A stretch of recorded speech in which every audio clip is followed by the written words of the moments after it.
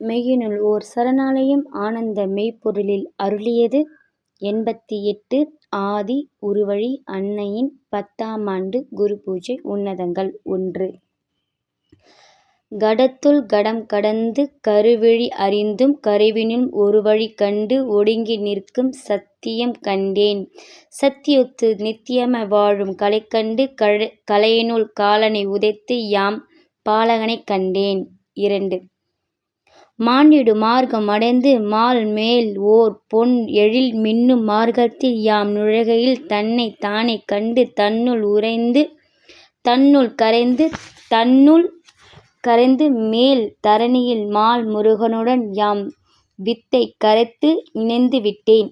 3.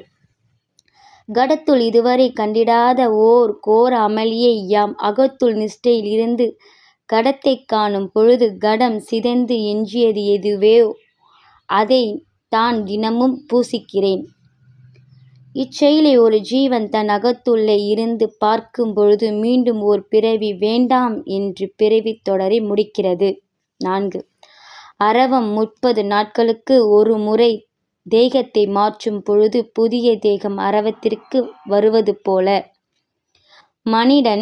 மனிதன் புரியும் தவ வணக்கத்தால் அவன் அரவமும் புதிய தேகமெடுத்து பரிசுத்த ஜீவ ஆவியாக மாறும் வரை ஒரு ஜீவனின் சட்டை கழன்று இறுதியில் அவ்வீவனுக்கு போர்த்தப்படும்